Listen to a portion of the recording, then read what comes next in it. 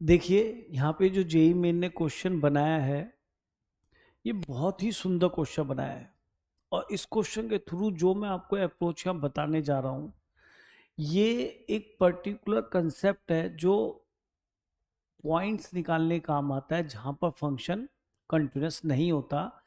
Specifically हम GIF वाले questions में ज़्यादा करते हैं, यानी ग्रेटेस्ट इंटीजर फंक्शन वाले क्वेश्चंस में ज़्यादा यूज़ करते हैं।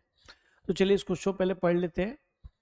इसमें क्या रखा है, ये जी आई एफ है और एफ जीरो से इन्फिनिटी डिफाइन है, टू आर है, और ये जी आई एफ दो दो जगह इन्होंने दे दिया। अब आगे इन्होंने एक चीज बोली कि ऐसे एक ऐसा सेट है ऑल पॉइंट्स का जो 0 से लेके 8 के बीच होंगे और 0 8 इन्वॉल्व होगा, where f is not continuous. तो ठीक है, हम ऐसे कैसा सेट बना लेंगे जिसके अंदर पॉइंट्स आएंगे कुछ जो कि 0 से 8 के बीच में होंगे। मान लीजिए 1 2 आ गया, या 3 या जो भी कुछ आया, 5 आ गया, तो उनका समीशन निकालना है, तो उनका समीशन निकाल देंगे 1 + 2 + 5, और उनका समीशन हमारा आंसर हो जाएगा। तो कुल मिला के ये हमारे वो एक्स के वैल्यूज होंगे। एक एग्जाम्पल लिया कि जहां पर ये कंटिन्यूस नहीं होगा, तो कुल मिला के हमें ये ढूंढना है कि हमारा जो फंक्शन एफ एक्स है वो 0 से 8 के बीच में कहाँ कहाँ या किस किस एक्स की वैल्यू के लिए डिसकंटिन्यूस है। तो अब यहाँ मेरी बात को बहुत ध्यान से लेना बच्चों। जब भी कोई जीआईएफ फंक्शन होता है, जैसे कि यहाँ पे एक्स लें, तो जो ग्रेटेस्ट के अंदर जो लिखा होता है वो हमेशा डिसकंटिन्यूस होता है, जहां पर एक्स एक इंटीजर बनता है, प्रोवाइडेड वो जो अंदर ग्रेटेस्ट के अंदर लिखा है वो फंक्शन या तो स्ट्रिक्टली इंक्रीजिंग हो या स्ट्रिक्टली डिक्रीजिंग हो। दोबारा बोलता हूं, आप ये तो जानते हैं ग्रेटेस्ट इंटीजर एफ जो फंक्शन है वो इस एक्स के लिए जब भी एक्स इंटीजर बनाएगा डिसकंटिन्यूस होगा। तो मैं यहाँ पे इसको थोड़ा सा और इंप्रूव कर रहा हूं कि ग्रेटेस्ट के अंदर कोई भी फंक्शन लिखा है व्हाट एवर, अगर ये फंक्शन यानी कि इंक्रीजिंग रहा हो या डिक्रीजिंग रहा हो, यानी कि 1 1 रहा हो, एक ही नेचर हो, या तो इंक्रीजिंग हो या डिक्रीजिंग हो, दोनों नहीं चलेंगी, तब पक्की बात है जहां पर भी एफ एक्स, जहां पर भी इससे मतलब एफ एक्स की वैल्यू जब भी आई बनेगी, यानी कि जो एक्स की values x1 x2 and so on, जो इस एफ एक्स को आई बना देंगे यानी इंटीजर बना देंगे, उन पे वो डेफिनेटली डिसकंटिन्यूस होगा। क्या बोला मैंने, देखो एग्जांपल के लिए सोचो, अगर यहाँ पे कहीं पे x² लिखा हुआ है ग्रेटेस्ट के अंदर, तो ये जब भी आई बनेगा उन x पर डिसकंटिन्यूस श्योर होगा, प्रोवाइडेड मैं यहाँ पे x को 0 से इन्फिनिटी ले लेता हूं। ठीक है, तो इसके अंदर जहां भी इंटीजर बनेगा, पर ये ध्यान रख लेना, देखो बेटा ये x² कर्व है, तो ये यहाँ पे डिक्रीज करता है फिर इंक्रीज करता है, तो यहां से अपनी नेचर चेंज करता है 0 से। तो आपको इस पॉइंट पे जरूर चेक करना पड़ेगा। लेकिन उसके बाद अगर मैं यहां से 0 हटा दूं तो गारंटी है कि x की वैल्यू आई √i, पॉजिटिव के लिए कर रहा हूं, तो x को आप 1 रखिए, i तो मेरा इंटीजर है, आप 1 रखें तो 1 पे भी डिसकंटिन्यूस होगा, 2 रखें तो √2 पे डिसकंटिन्यूस, √3 √4 विच इज 2, इन सभी x की वैल्यूज के लिए डिसकंटिन्यूस आना है। लेकिन जहां से वो स्टार्ट कर रहा है, क्यों, क्योंकि यहाँ पे मोनोटोनिसिटी इसकी चेंज हो रही है, यानी इंक्रीजिंग के बाद डिक्रीजिंग या डिक्रीजिंग के बाद इंक्रीजिंग हो रहा है, तो यहाँ पे you have to check. Otherwise कोई भी इंटरवल हो जहाँ पे वो या तो स्ट्रिक्टली इंक्रीजिंग हो या स्ट्रिक्टली डिक्रीजिंग हो, वहां पे वो डेफिनेटली इस कंसेप्ट को फॉलो करेगा। तो हमने सीख लिया, कोई भी फंक्शन रहा हो एफ एक्स, आपको ये जो चेक करना चाहिए कि वहां पे वो एफ एक्स उस डोमेन के लिए स्ट्रिक्टली इंक्रीजिंग रहा हो या स्ट्रिक्टली डिक्रीजिंग रहा हो। ठीक है जी, अब हम इस कंसेप्ट को तो समझ गए, अब हम इसका एप्लीकेशन करते हैं। चलो एक बात और बताता हूं, अगर कभी कोई दो फंक्शन ऐड हो रहे हैं, तो एक बात याद रखना, ये फंक्शन मान लीजिए फंक्शन फर्स्ट है, ये कोई फंक्शन सेकंड, और ये सब दोनों ऐड हो रहे हैं, जैसे यहाँ पे दो फंक्शन ऐड हो रहे हैं। अगर कोई फंक्शन दो फंक्शन को ऐड करके या सब्ट्रैक्ट करके बनता है तब की बात कर रहे हैं। अगर पहला फंक्शन कंटिन्यूस है दूसरा फंक्शन कंटिन्यूस है, तो उनका एडिशन या सब्ट्रैक्शन भी श्योर कंटिन्यूस आएगा उस एक्स की वैल्यू के लिए जिसके लिए हम बात कर रहे हैं। अगर ये डिसकंटिन्यूस है और एक आपका कंटिन्यूस है, तो उस एक्स पे वो दोनों का समीशन या सब्ट्रैक्शन डिसकंटिन्यूस ही आएगा श्योर। यानी जैसे एक्स इक्वल टू 1 पे, अभी मैं इसको समझा रहा हूँ कंसेप्ट को, अप्लाई करूँगा तो आपको क्लियर किया जाएगी मैं किसके लिए बोलना चाह रहा हूँ। आगे अगर ये फंक्शन किसी एक्स के लिए डिसकंटिन्यूस और ये वाला फंक्शन भी डिसकंटिन्यूस, तो वी कांट से कि वो डिसकंटिन्यूस होगा या कंटिन्यूस होगा, we have to check there. उस पॉइंट पे हमें चेक करना ही पड़ेगा कि ये तो हो जाए कंटिन्यूस और ये आपका डिसकंटिन्यूस। तो वो तो यही वाला केस बन गया, जैसे डिसकंटिन्यूस है कंटिन्यूस है एक, और ये कंटिन्यूस है डिसकंटिन्यूस, तो श्योर ये इस पॉइंट पे डिसकंटिन्यूस होगा। इसका मीनिंग देखो, जब दो फंक्शन कंटिन्यूस होता है तो उस पॉइंट पे उनका एडिशन सब्ट्रैक्शन कंटिन्यूस होता है। एक डिसकंटिन्यूस हो एक कंटिन्यूस हो, तो उस एक्स की वैल्यू के लिए नेट फंक्शन डिसकंटिन्यूस आएगा, और दोनों डिसकंटिन्यूस तो हमें चेक करना पड़ेगा। अच्छा, GIF की प्रॉपर्टी होती है, अगर x के साथ कोई n लिखा है और n आपका इंटीजर है तो हम उसको बाहर ले सकते हैं। ये बात समझ में आ रही है कि ठीक है सर। अब क्वेश्चन की तरफ आते हैं। इतना सब पढ़ने के बाद यहाँ fx लिखा है, ये एक तरह से फंक्शन ऑफ x, और ये इसके साथ इंटीजर लिखा हुआ है, तो क्यों ना हम x/2 और इस 3 को बाहर फेंक दें। फेंक दिया, प्रॉपर्टी कहती है। अब कहा यार हमने तो कंटिन्यूटी के बारे में अभी 2 फंक्शन लेके कराया था, तो कंसेप्ट तो वो लगाने की कोशिश करते, GIF भी हमने समझ लिया, 3 तो मैंने दूर कर दिया। क्यों?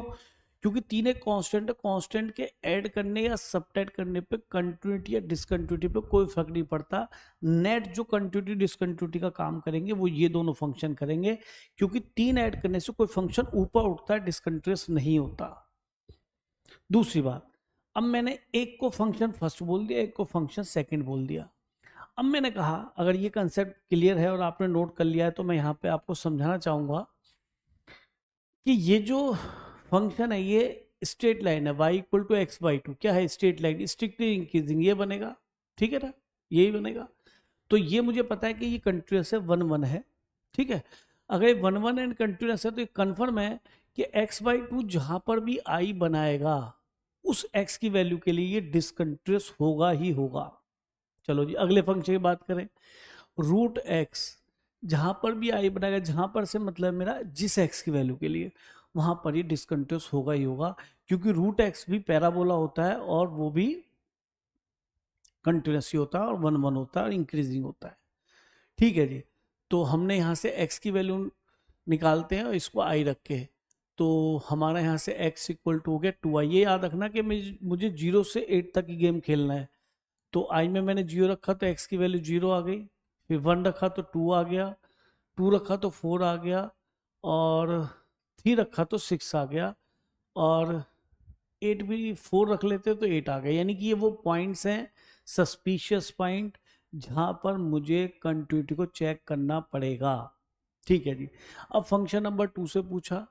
ये आई स्क्वायर हो गया, इससे x की वैल्यू क्या आई कि सर आई तो इंटीजर रख के देख लो, नेगेटिव तो रखना नहीं, सब पॉजिटिव का खेल है और वैसे भी 0 से 8 तक है, तो मैंने 0 रखा तो 0 आ गया, 1 रखा तो 1, 2 रखा तो आई तो 2 ही रख सकता हूँ तो 4 आ गया,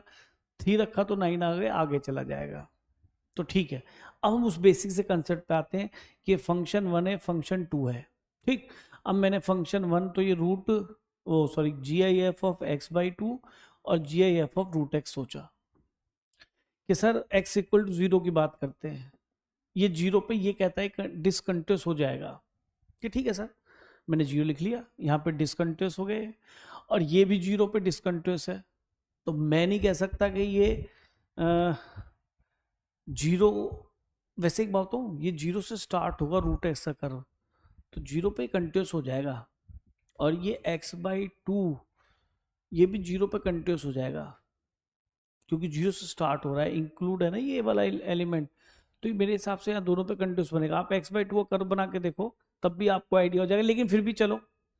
अगर हमने ये बात बोल दी कि भाई हम इंटीजर पर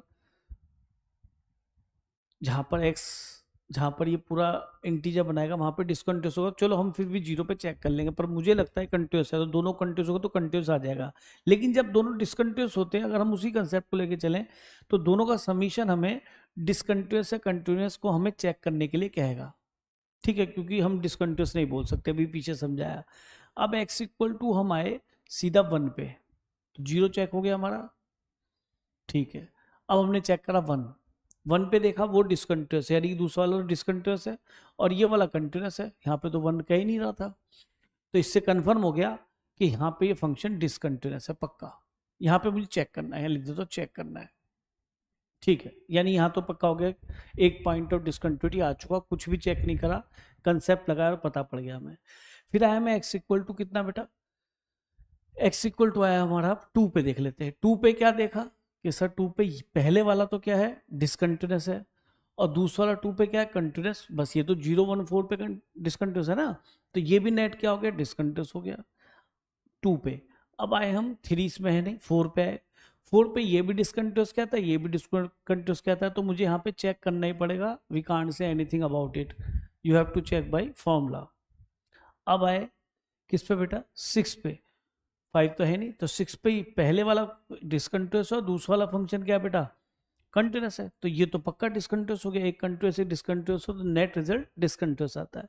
फिर आए हम किस पे 7 इसमें है नहीं, 8 पे आए, तो 8 पे डिसकंटिन्यूस बोलता है, अब वो 8 पे कंटिन्यूस है, वो तो आगे सब जगह कंटिन्यूस है ही है ना, क्योंकि 0 1 4 पे तो ये हो गया कंटिन्यूस, तो यानी कि नेट क्या हो गया डिसकंटिन्यूस। तो ये पक्की बात है कि 4 पॉइंट तो हमारे निकल के आ गए कि इन पे डिसकंटिन्यूस होगा, तो बस हमें 0 और 4 पे चेक करना है, तो 0 4 पे चेक कर लेते हैं, तो आ जाते हैं मैदान में। तो x इक्वल टू अगर हम यहाँ पे 4 पे चेक करना चाहते हैं, तो एक तो 4 प्लस यानी कि राइट हैंड लिमिट, एक 4 माइनस और एक f4, ये चेक करना है। तो 4 प्लस का मतलब 4 प्लस एच, एच क्या है 0.01, देखो बेटा जब हम 4 प्लस एच या 4 माइनस एच रखते हैं ना, तो ये एच हमारे हमेशा टेंडिंग टू 0 होता है, बट 0 से बड़ा होता है, ये ध्यान रखना, हम राइट हैंड साइड से आ रहे होते हैं, क्योंकि यहाँ पे तो हमने जोड़ लिया और यहाँ पे हमने घटा दिया, तो इसमें तो राइट हैंड साइड से आ रहे हैं, इसमें अपने आप ही लेफ्ट हैंड साइड से हो गए, एच में से कुछ 4 में से कुछ कम हो गया, इसलिए कंफ्यूज मत होना, ये एच हमेशा पॉजिटिव ही है। तो जब मैंने 4 प्लस एच यहाँ पे रखूंगा, तो एक तरीके से मैंने 4 से बड़ा नंबर रखा, 4.1 सोच लीजिए, 4.01 सोच लीजिए, कोई फर्क नहीं पड़ता। तो 4.01 जब मैंने इसमें रखा, तो ये 4 होता तो ये 2 बनता, ये 4 से बड़ा है जस्ट, तो ये 2 से जस्ट बड़ा बनेगा, यानी कि 2 पॉइंट समथिंग बनेगा, यानी कि 2 प्लस बनेगा, 2 पॉइंट समथिंग बोल दो यार, 2.1 बोल दो, जो भी बनेगा 0.1 बोल दो, तो इसका GIF 2 मिल जाएगा। रही बात इसकी 3 तो मैंने अलग कर लिया था, मैं 3 क्यों सोचूं, मुझे वैल्यू थोड़ा पता नहीं कोई, तो अब मैंने इसके अंदर ये भी देखा, ये रूट 4 प्लस एच यानी 4.1, 4 होता तो 2 मिलता, 4.1 है तो 4 से बड़ा यानी कि 2 से बड़ा मिलेगा, और 2 से बड़े का GIF आपको 2 से थोड़ा सा बड़ा भी ले लूँगा मैं नंबर, यहाँ पे आएगा तो उसका GIF मुझे 2 ही मिलेगा, तो ये 2 मिल गया, तो ये 0 हो गया। अब मैं आया 4 माइनस एच, 4 माइनस एच का मतलब 4 से थोड़ा सा कम, यानी कि मैंने इसके अंदर रख रहा हूँ बेटा, इन दोनों से मतलब 3 से मेरा मतलब नहीं है, तो 4 से कुछ कम बाई 2 और 4 से कुछ कम इसमें रख रहा हूँ बेटा, 3 मैंने आगे लिख लिया था, याद कर लो। तो अगर ये 4 होता तो ये 2 बनता है एग्जैक्टली, लेकिन 4 से कम है तो ये 1 से कम बनेगा, यानी कि मतलब 2 से कम बनेगा, यानी 1.9 के नियर अबाउट बन रहा होगा ये नंबर, नियर अबाउट, तो इसका GF 1 आएगा। और 2 होता 4 होता है एग्जैक्टली, तो 4 पे तो बनता √2, लेकिन अब ये 2 से थोड़ा सा कम बनेगा, है ना, इसके ऊपर भी GIF है, तो 2 से थोड़ा कम बनेगा, यानी कि 1.9 का, अरे 4 का स्क्वायर रूट 2 बनता, लेकिन 4 से कम है तो उसका स्क्वायर रूट 2 से कम ही बनेगा, तो 1.9 बनता, तो 1.9 का जे फिर 1 आया, तो फिर भी ये भी 0 हो गया।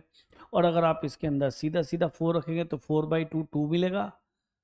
और इसका 4 रखें तो एग्जैक्टली शुद्ध 2 रख रहे हैं ना, फंक्शन में तो सीधा 4 पुट हो रहा है, तो सीधा 4 है, ये शुद्ध 4 है बेटा, ये भी शुद्ध 4 है, तो ये मिल गया बेटा 2 और ये मिल गया 2, तो ये 0 हो गया, तो ये तो 0 यानी कि 4 पे तीनों वैल्यू बराबर हो गई, तो ये तो कंटिन्यूस हो गया, तो यहाँ पे डिसकंटिन्यूस नहीं है, यानी कि ये यहाँ पे कंटिन्यूस है, हमने टिक कर दिया, चेक कर लिया, कंटिन्यूस हो गया। अब हम इसको हटा देते हैं। अब हमने बात की किससे कि सर 0 पे देख लो, 0 पे मेरे हिसाब से मुझे पहले ही कह रहा था कंटिन्यूस आएगा, फिर भी देख लेते हैं, F0 प्लस F0 माइनस यानी कि लेफ्ट हैंड लिमिट और F0 शुद्ध 0 सीधा रखो, 0 होगा, GIF 0, शुद्ध 0 रख रहे हैं, √0 0 मिलेगा, तो ये तो 0 ही हो गया। 0 से कम यानी कि हम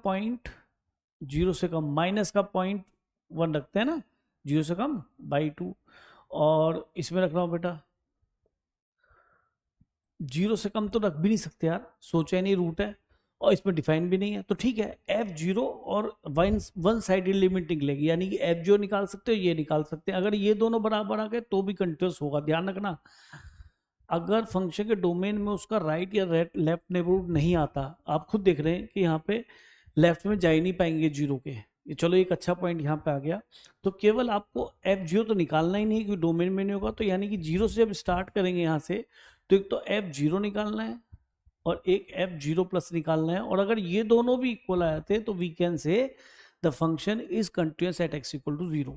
तो जीरो पे जीरो आ गया, तब जीरो प्लस हो देख लेते हैं, ठीक है। तो ये वन साइडेड लिमिट होती है। जब मैंने यहाँ जीरो प्लस कोई नंबर रखा है, नहीं कि 0.01 लगभग सोच लेते हैं हम, और यहाँ पे भी 0.01 यानी जीरो से बड़ा नंबर, इसलिए ये एक तरह से जीरो प्लस है। तो बाई टू करूंगा और छोटा हो जाएगा, तो 1 0 के पास ही आएगा राइट में, तो जीरो ही मिलेगा, इसका भी GIF जीरो ही मिलेगा, ये भी 0 पॉइंट समथिंग मिलेगा, तो ये नेट जीरो आ गया। तो मैंने कहा था आपसे कि हम जीरो पे इसको कंटिन्यूस बोलेंगे, आ गया कंटिन्यूस। तो ये जीरो पे ये भी कंटिन्यूस था इत्तेफाक से, ये भी कंटिन्यूस था, पर हमने उस कंसेप्ट का यूज करके कि जहां पर हम इंटीजर बनाते हैं GIF के अंदर वाले पोर्शन को, तो उसी हिसाब से हमने उसको कह दिया था कि डिसकंटिन्यूस कंसीडर कर लो, पर वहां से कंटिन्यूटी तो वो इंक्रीजिंग डिक्रीजिंग चेंज होता है। जीरो के पास से तो पहले डिक्रीज हो रहा था कर्व, फिर उसके बाद इंक्रीज हुआ, तो इस वजह से जो है रूट एक्स वाले में गड़बड़ मामला था, है ना, जो मैंने x स्क्वायर आपको सिखाया था ना। तो इस वजह से हमने चलो इसको चेक कर लिया, जीरो पे ये क्या मिल गया आपको, क्या मिल गया बेटा, जीरो पे